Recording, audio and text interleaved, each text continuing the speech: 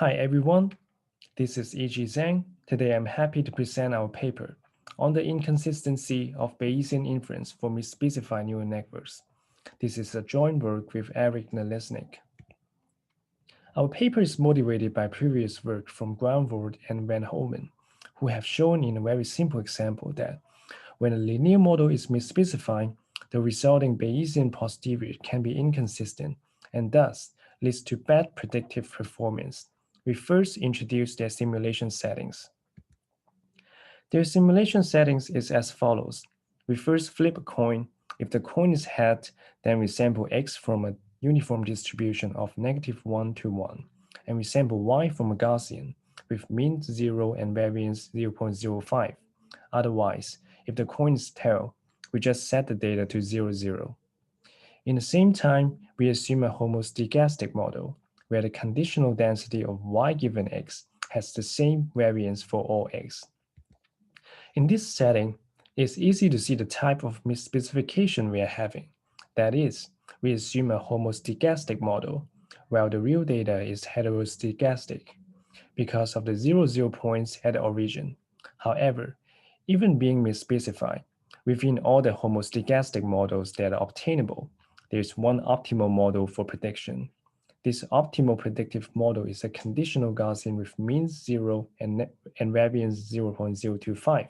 Or in other words, the optimal prediction should be a straight line of y equals 0 simply for all x. So if the posterior is consistent, it should put a large mass of probability to the neighborhoods of the optimal model. And accordingly, the posterior predictive mean should be somehow close to this straight line of y equals 0. But is this the case? The plot on the right shows the Bayesian linear model fitted to the simulation data. With a sample size of 100, we can clearly see that the blue line of posterior predictive mean is very different from the red dotted line of the optimal prediction. This indicates that the posterior is actually inconsistent. The next question is, do we see the same inconsistency in Bayesian neural networks?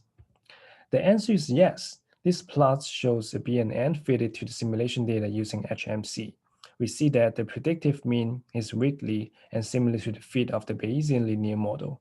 This shows that the posterior obtained from HMC is inconsistent. However, in practice, we barely fit BNN using HMC. One might wonder, if we use approximate inference strategies, for example, variational inference, would the results be different? The answer is again positive. We consider variational Bayes the most popular form of variational inference. We implemented VB using two different variational families. The first uses a mean field factorization and the second uses a full covariance matrix. Unlike the HMC fits, the VB posteriors do not seem to suffer from any inconsistency, as their mean is very near the y equals 0 line and the 95% prediction interval captures the response noise quite well. Given the success of VB, one might wonder, what's so special about VB? To further investigate, we turn to a classical approximate inference strategy, the Laplace approximation. Compared to VB, the Laplace approximation also uses a normal approximation of the posterior. However, it uses the map objective instead of the elbow in VB. Here on the right, we display the result of BNN fitted to the simulation data using Laplace approximation. We see that the line is not similar to the optimal y equals 0 line, showing signs of inconsistency and behavior that's dissimilar to VB's. Summarizing the result of HMC, VB, and Laplace approximation, we suspect that elbow could be the key element that leads to the consistency of the posterior. For future work, we would like to investigate the elbow objective further. More specific, we would like to study the connection to posterior tempering, the connection to elbow rescaling, and if similar phenomena also exist in larger networks and in real-world data sets. Finally, we would like to thank you for watching this video. For more details, please see our paper.